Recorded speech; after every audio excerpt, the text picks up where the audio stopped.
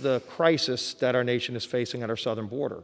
And this has been a crisis that's been brewing for months. It's not an overnight problem, but it is an executive order created problem when President Biden on day one got rid of some policies that were working incredibly well. And every Border Patrol agent that I've talked to, and I was on the border last week, Thursday and Friday in McAllen, Texas, went to Donna, Texas at the Donna processing facility.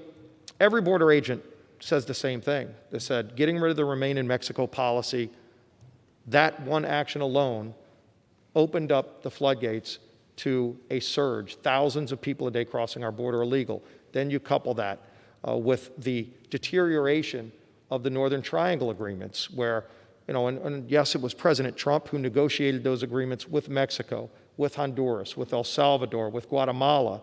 And maybe if President Biden just doesn't like the fact that President Trump did something that was working well, why doesn't he renegotiate those agreements and call them his own? But they were working. And now today, it's so out of control that we have, for example, at the Donna processing facility designed for about 250-person capacity. When I was visiting that facility last Friday, it was over 4,000 people. Young kids primarily crammed into that facility in those holding cells like sardines. In fact, yesterday we had a committee hearing with Dr. Fauci and CDC Director Walensky. And I asked them specifically about what's going on down at our southern border, showed them some of the pictures that have been taken. And if you look at the CDC guidance that's out there on how we as American citizens have to conduct ourselves. If you own a restaurant, for example, whether it's in Baltimore, New Orleans, or anywhere else, if there's a capacity limit, and if that limit was 250 people, if there were 4,000 people in that restaurant, it would be shut down today. And I asked both Dr. Fauci and Dr. Walensky, would that facility be in violation of CDC guidance? And both of them said yes in testimony under oath. And then I talked to them about what's happening at our southern border, and I asked them, are these conditions in compliance with CDC guidance? Both Dr. Fauci and Dr. Walensky said, no, this is not. We talked about the Donna detention facility and the inhumane treatment of these young children by the Biden administration in that facility.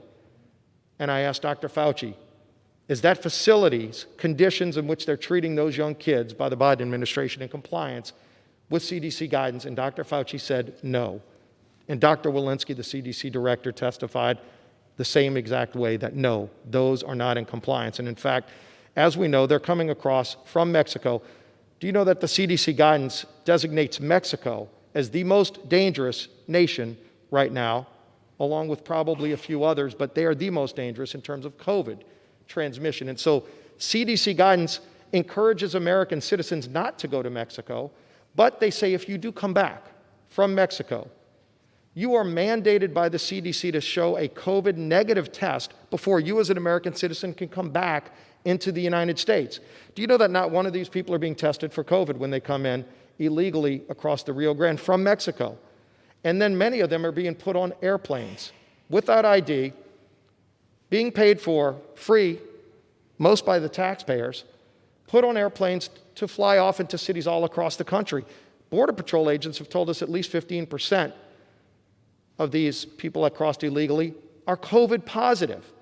And so I asked Dr. Walensky and I asked Dr. Fauci, does that process by the Biden administration violate CDC guidance on travel from Mexico? And they both testified that yes, in fact, it does. That if they're getting on an airplane, they should be tested negative for COVID. None of them are, and in fact, some of them are known to be COVID positive, being put on airplanes, flying to cities all across this country. That's going on right now. That was going on Friday. About half the plane that I was on when I flew from McAllen back home had people with folders that said, I do not speak English, and it had a city on it. And it was multiple cities. But this is what the Biden administration is doing in violation of CDC guidance that you and I have to follow, that our constituents who are seeing their livelihoods crushed, their restaurants being closed down, many that won't open again forever, because they have to play by the rules that CDC and their states issue, and yet the Biden administration is exempting themselves from this. Now, we have legislation I'd like to bring up to the majority leader that would fix this. And my colleague, Ms. Miller-Meeks, requires a COVID test before someone's released from CBP custody. Ms. Harrell prohibits DHS from ceasing Title 42. There's a bipartisan bill by Mr. Katko and Mr. Quellar, which establishes an irregular migration surge border response fund. I would like to ask the gentleman if he would bring those bills to the floor to address this crisis at the border. That's not only a humanitarian crisis, a national security crisis, but it's a Biden-created crisis that's violating the very CDC guidance, according to Dr. Fauci, that American citizens have to follow. And I would yield to the gentleman. We have a situation that is heart-wrenching and unacceptable, and it must be dealt with. In part, this situation comes because of the draconian policies of the previous administration. It comes also because Republicans have refused in both houses to come to agreement on a comprehensive immigration reform bill. So we have chaos as a result, because our immigration system, as I believe almost every member of your side of the aisle and every member of my side of the aisle, Madam Speaker, believes is broken. Now, unfortunately, what we see in that picture is broken systems causing great danger, apprehension, and fear among many people who are fleeing to America for refuge. As, of course, Lady Liberty at the head of the harbor at the Hudson River raises her torch and says that's what America is for. Now, having said that, this situation is unacceptable. It's unacceptable for humanitarian reasons. It's unacceptable for the safety of not only those people that are in that picture, but for American citizens as well.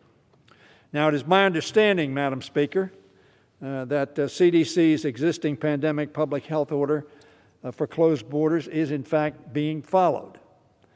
In Texas, Arizona, New Mexico, California. Unaccompanied children crossing the border are tested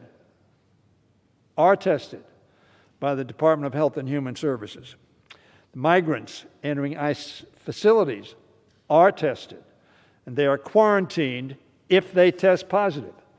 So protections are trying to be effected, and this administration is working very hard to ensure the safety of Americans and the safety of these many children who have come across the border.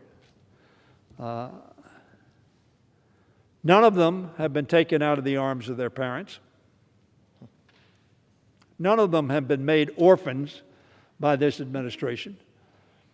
I didn't hear the gentleman lamenting the fact that we had hundreds of children who had been taken out of the arms of their parents and then they could not be found. That is, their parents. They could not be reunited with their parents. This is a challenge. It's not a partisan challenge. It's a challenge for America. It's a challenge for us all. And this administration is working to try to come to a solution that is both humanitarian and effective. I am hopeful that they will proceed in accomplishing that objective. And the gentleman mentions the policies of the Trump administration, which substantially underfunded its own policies of trying to help the Triangle countries. And when I say help the Triangle countries, unfortunately, the leadership of those countries, in too many instances, is not trying to help itself. And so we see panicked people fleeing. I don't know how many members, and Madam Speaker, I don't know whether the gentleman from Louisiana, my friend, Mr. Scalise, saw the pictures of 2 children being dropped over the fence. Over the fence, by the way, that very large fence, billions of dollars of fence. Smugglers dropped 2 children over the fence. That's how secure it was. And the tragedy of those children being dropped over that fence alone. I don't care where they're from or who they are, but my faith teaches me that they may be strangers, but they are brothers and sisters. And in that context, we need to come to grips, and I'm hopeful that the gentleman will support the administration's desire to get a comprehensive immigration bill adopted in this Congress. In 2013, the Senate passed, Madam Speaker, a bill which was supported by Democrats and Republicans, 14 Republican members of the United States Senate here, and we pleaded with the Republican leadership to bring that bill to the floor. Now, they will say they brought a bill to the floor. They did draw a bill to the floor, and almost nobody thought it was effective in accomplishing the objective of having an immigration system that would work. So I tell the gentleman, the pictures that he is displaying ought to concern us all deeply. And we ought to urge all of us to cooperate and work towards making sure that we don't have scenes like that and that we have the ability to deal with it, this surge at the border, in a humane way. But no one in the previous administration can wash their hands of the responsibility of creating a situation which, yes, the gentleman says Mexico is judged to be one of the most dangerous nations on earth for COVID-19. And the previous administration said to people trying to seek solace and health and safety, stay in the most dangerous nation on earth from COVID-19. I don't know whether that's a very humane policy. That's not a sanctuary for people who are in dire straits. We said no to some people who came here from Germany. We said, no, you can't come in. And many of them returned in the 30s and early 40s and were slaughtered. They came here for sanctuary and found none. That doesn't mean we can take everybody, but it does mean that we need to deal with it in a humanitarian way, in a way that honors our values and honors these people as our fellow human beings. So I tell the gentleman in conclusion that these are sad scenes, and we need to respond to them in a humanitarian way, but also a smart way. And we need to respond as well to the cause as well as the effect. And I yield back. I thank the gentleman. As we talk about asylum, let's be clear. America has laws for how someone can seek asylum. I haven't seen anybody suggest that those laws just be repealed and you just take somebody's word. If they say they want to come to America to seek asylum, come in today and jump ahead of everyone else. Will the gentleman, give the gentleman just for one question on the asylum issue? Yes, sure. Does the gentleman believe we ought to obey America's laws on asylum? I think we ought to obey America's laws on immigration across the board. And if you look at the asylum laws, there is a process to seek asylum. And in fact, every year people are granted that asylum if they prove their case. And that's where the law comes into play, which is being ignored right here. So what President Trump did when there was a surge in 2019, he confronted it, as a leader should do. He talked to people on the ground. He talked to our Border Patrol agents, who are the ones who have to deal with this crisis on a daily basis. In fact, 40% of our Border Patrol agents tonight at midnight, like Thursday night at midnight last week, where I was with those Border Patrol agents, 40% of them were pulled off of guarding our border, where their primary mission is to stop drug cartels from smuggling fentanyl, cocaine, heroin into our country, which they're doing now at much higher levels, killing Americans all across the country. 40% of them pulled away because they're going to be changing diapers in this Donna detention facility tonight, because that's what they're being tasked to do by the Biden administration. That's not their job. It's not why they signed up. Their morale is incredibly low. And well over roughly 90% of people who say they're coming here to seek asylum those cases are rejected by the courts. Rejected. And in fact, it's kind of hard to make an asylum claim when the parents of many of these kids you're seeing here paid thousands of dollars to the drug cartels to smuggle their kids and themselves into the United States. Hard to claim economic asylum, which is the case many of them plead, when you paid $4,000 to try to come here illegally, when there's a legal process to come here. Not just the normal legal process where you can wait to come into America legally, where we let 1 million people into our country every year, the most generous nation in the world, America. But when they go around that system, that's where it overwhelms our system. And that's what's going on right now. President Trump confronted it, not by saying no one can come in, but by saying, you have to follow our laws if you want to come here. If you want to seek asylum, you've got to request it like everyone else. And they allowed them to even come through South and Central American countries, but stay in Mexico. And Mexico actually agreed with this, and there was an orderly system. And you got to hear your claim in a very expedient way. Today, they're given a piece of paper when they come across the border illegally, saying, come show up maybe 5 years from now. Good luck with that. And then they're given a plane ticket, a free plane ticket without an ID, to be sent off to some other state. I saw manila envelopes. Once you got below the I do not speak English, it said Dallas was on one, Philadelphia was on one, New Jersey was on one. I don't know what's going to happen to them when they land in New Jersey. If they can't speak English, if these kids, or what school system are they going to be placed in? Who's then going to be responsible for this breakdown at our southern border, which was created by President Biden, which he could fix today? I've urged President Biden to go down to the border and see this for himself, to see how inhumane he's treating kids in violation of his own CDC guidance, which Dr. Fauci yesterday verified. That's, if you read the child abuse and neglect laws of the state of Texas, where this facility is, this is a violation of the child abuse and neglect laws at the President Biden-run facility. And again, President Trump went and negotiated with Mexico, went and negotiated with those Northern Triangle countries to resolve the surge. This could be resolved as well, and you don't need to reinvent the wheel, because there was a method for how to resolve it legally, using the legal system that America has. Sure, I would agree it needs reforms, not an amnesty reform, where you send a magnet not only across South and Central America, but around the world, that America's borders are open, because that's the message today. As the gentleman knows, there are at least 6 people on the terrorist watch list that have come across America's southern border. And I'm not talking about from South and Central American countries, from Middle Eastern countries, from Eastern European countries. Those are just the ones we know of that we've caught. And the Biden administration won't share that data with the media. The Biden administration won't even let the press into this facility, which is a national disgrace.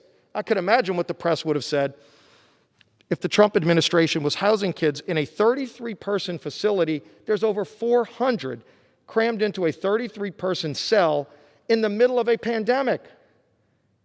And again, Dr. Fauci said this violates every protocol there is. When we're trying to get our economy reopened, other countries have to control COVID too, but in America we're trying to control it. But here's where the double standard and hypocrisy is driving people nuts. If any American citizen ran their business in America like this, they'd be shut down by the federal government today. But yet people can come here illegally, and the Biden administration is running this facility in violation of those very same guidances. And you know what happens to them? They're given a free airplane ticket, put on an airplane, possibly with COVID, and sent into some interior country of America, and we don't even know where they're going. The Biden administration won't share that. We've asked for a meeting, by the way. Our leadership team, Leader McCarthy, myself, have asked for a meeting with President Biden to talk about this crisis, and he refuses to meet with us about it. Just ignoring a problem will not make it go away. If we're going to find a solution to this, and again, I listed a number of bills, including some that are bipartisan, that would start solving this problem. But President Biden doesn't even want to go down. He put Vice President Harris in charge of this mess, and she won't even go down to the border. Maybe because she doesn't want to be associated with President Biden's debacle. But she was put in charge of it. She is the Vice President of the United States. She has a responsibility to go down there. She should have gone down there weeks ago, but she still hasn't been. And maybe if they saw that, if they looked into the eyes of these young kids, one of the first girls we ran into might have been a 10-year-old girl in one of these cells, and she was crying. And we asked her, "Why are you crying?" And she said, "I don't want to be here." She's an orphan The gentleman talked about orphans. All of these kids, there are no parents with them. They don't want to be here. Many were crying because they're jammed into these cells for 20 hours a day, at least 15% with COVID, 6 inches apart, not 6 feet apart. That's what the Biden administration is doing right now. President Trump fixed this problem. And again, if President Biden just doesn't like President Trump, call it his own name. We don't care the template. If he doesn't want to do what actually worked, then do something else that works. But just doing this, it's not only a national disgrace. Dr. Fauci and Dr. Walensky yesterday said it's a violation of the CDC protocols that every American taxpayer has to follow, and they don't. Exempting themselves from a problem, but making everybody else comply with it is no way to instill confidence in the American people. And I hope the president goes down there. I hope the president resolves this issue. He should meet with us. He said he wanted to unify the country. He said he wanted to work with everybody. It's time he start following through on those promises. And I would yield. Donald Trump didn't fix the problem. He delayed the problem. That's what happened. That's what those pictures reflect. He didn't fix the problem. He would say to those kids, get out of here. Go back to Mexico. Maybe you have a parent there. Maybe you have somebody who will take care of you. But get out of here. That was one way to, quote, solve the problem, I presume. But those kids didn't go away. The fear that they have for being home didn't go away. Now, I have said, Madam Speaker, this is something that we all need to deal with from a compassionate standpoint and from a legal standpoint and from a human standpoint, which I guess is redundant to compassionate. But the fact of the matter is that President Trump did not solve this problem. He simply delayed it. And when he left, the pressure was so great because they did not believe that this president would simply throw them to the wolves, take them from their parents, treat them as refuse. So we need to deal with this, and hopefully we will. Hopefully we'll get comprehensive immigration reform. I would say again that one of the reasons that we have the problem of not adjudicating these people quickly is because we don't have enough judges. And the reason we don't have enough judges, which were included both in the 2013 bill and subsequent reform bills, is because we haven't passed bills to provide the judges. On the theory that if you don't provide the judges, you won't be able to approve asylum and people won't be able to get in. I'm, Madam Speaker, at the end of this circuitous argument, and I yield back. Well, thank the gentleman for yielding. These are children being thrown to the wolves, and it's not President Trump who's doing it. It could end. I hope we can work together to solve this problem. And with that, Madam Speaker, I would yield back.